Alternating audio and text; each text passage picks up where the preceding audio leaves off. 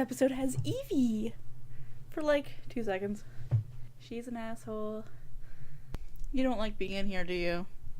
Anyways, today I'm going to tell you 3 more stories about that terrifying time I worked in a sex store.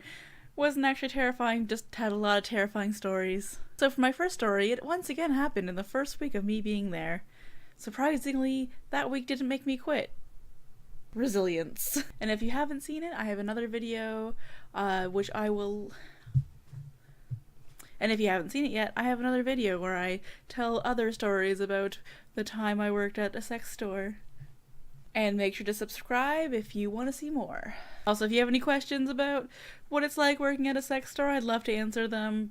It was such a long experience and such a fun experience, and I'm glad I did it. But let's get on to the stories. So yes, the first story.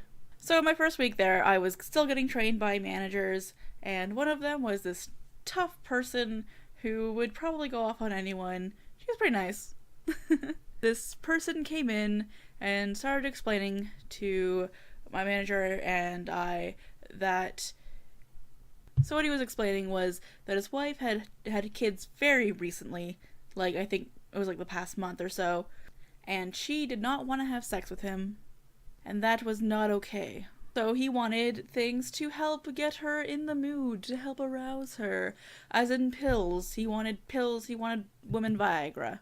And we explained that, well, as long as the doctor's okay with her having sex. Did you check?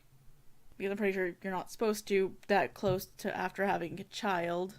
But we explained Viagra isn't something that we sell, but we do have herbal supplements that can help with arousal, getting wet, and less downtime between things. He seemed content by the idea of getting these pills, and okay, we were talking to him and explaining, like, is this something she wants? Is this something he wants? Then he asked, does it have a taste? And we're like, no. Also went on to explain that his wife was not okay with coming in here, nor was he supposed to be in here. She'd be really upset if he found out. We kind of urged him to, like, talk to her about this first. He then started asking about if he can crush up the pill and mix it into a drink, would there be a flavor? Red flag. So we were like, that's not okay. Did she not agree to this? Is this not something she wants? And he started going on about how, no, this is not okay with her. Like, I can't even talk to her about it. She would freak out. I just want to put it in her drink so that we can have sex again. Consent is important. So we were not okay with that. We don't sell date rape shit. So my manager instantly flips and starts telling him off and just tells him to get the fuck out of the store. He's not allowed in here. You ask permission before you give pills to people. That poor wife. So yes, working at a sex store, you get to deal with creepy people like that. The second story, once again, gonna be kind of a I hate people type story. Don't worry, I'm finishing on a funny one, but I'm sorry. About the store I worked at, there was 2 floors with the staircase in the middle. I usually, when I'm working upstairs, would pretty much hang out at the counter, watching the stairs, watching downstairs, seeing the people down there.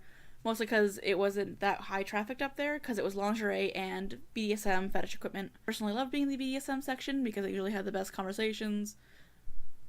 But I also got to deal with creeps.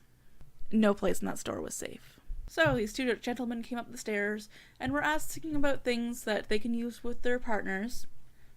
Cool. I showed them the handcuffs because I think that's what they were kind of interested in. I showed them rope. I showed them other fun kinky stuff that we had up there. But it was all too expensive for them, and also one of the guys just wasn't having it, didn't seem interested, thought all this was stupid, and let me know.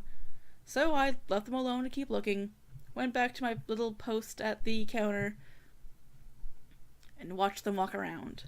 As they were leaving to go down the stairs, one of them stops and goes, "You don't need all that shit. If the bitch won't shut up, duct tape her mouth. And then duct tape our arms together. Solved." I could not handle that and just had to walk away. But that's also not okay. And for my third story of this little segment of stories from my time at a sex store. About the store, you had to be 18 years old to come in. Sometimes if you're a nice under 18 person, maybe like if there's two people there and they seem polite and they want to walk around, we'll let them. But if it's a large group and they seem kind of rowdy, instantly we'll card them because we're not putting up with that shit.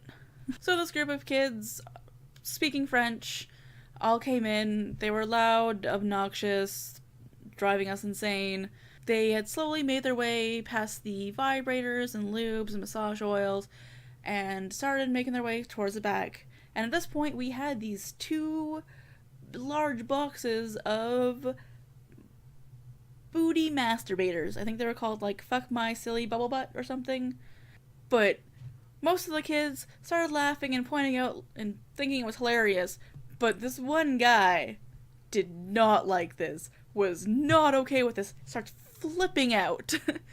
I can't believe you guys brought me in here. This is disgusting. This is not okay. That is so wrong, so gross. Like, holy fuck, guys. And just, like, runs out. I've never seen someone so offended by booty.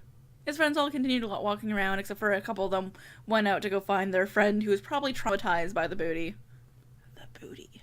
But yeah, there's 3 more stories from my time working at a sex store. If you want to hear more, let me know in the comments, give it a thumbs up, and make sure to subscribe for more. Till next time, bye!